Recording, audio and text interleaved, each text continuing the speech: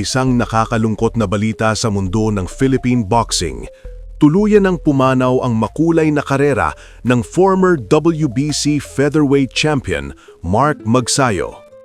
Ayon sa naturang report ng American Boxing News, ay huling namataan ang nasabing Pinoy boxer sa bahay nito, kung saan allegedly ibinenta ni Sean Gibbons ang kanyang kontrata sa bagong tatag na promotion na Zuffa Boxing.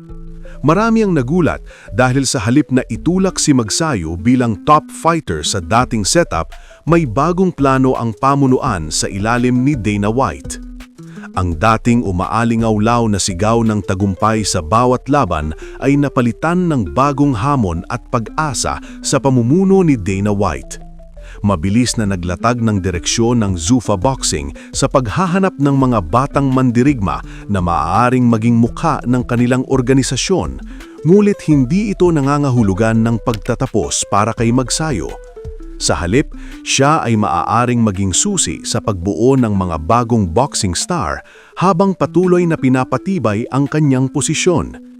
Nababalita na binasura na umano ng MP Promotions si Magsayo, kaya ibinenta allegedly ng matchmaker nito ang natitirang kontrata sa bagong tayong Zuffa Boxing ni Dana White.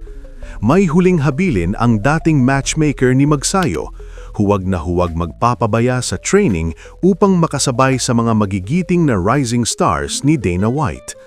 Ganun pa man, sa puso ng isang mandirigma, hindi basta-basta namamatay ang apoy. Bagaman maaaring ituring siyang pagsubok para sa mga bagong mukha ng Zuffa Boxing, patuloy pa rin siyang makikipaglaban sa mataas na antas.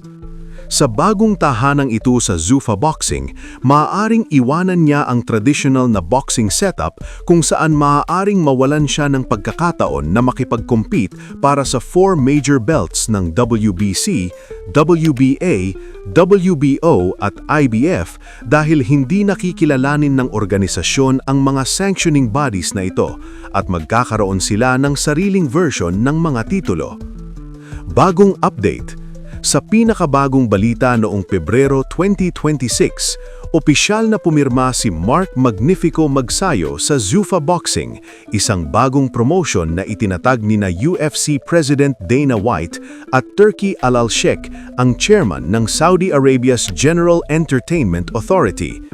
Ito ay isang positibong hakbang para sa kanyang karera kung saan nakatakda siyang mag-debut sa April 5, 2026 laban sa isang hindi pa pinangangalanang kalaban at makikipaglaban ng hindi bababa sa 3 beses bawat taon.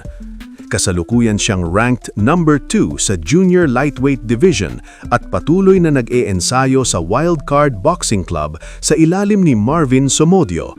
Si Sean Gibbons ay mananatiling advisor niya at kamakailan ay nanalo siya via TKO sa second round na nagpapahusay sa kanyang record sa 27-2 na may 18 KOs. Sa pakikipagtulangan ni Turki Al-Sheikh na kilala sa pagpro-promote ng malalaking boxing events sa Riyadh season, inaasahang magiging breakout star si Magsayo sa bagong platforma na ito na nagbibigay ng mas maraming oportunidad para sa mga high-profile fights at global exposure.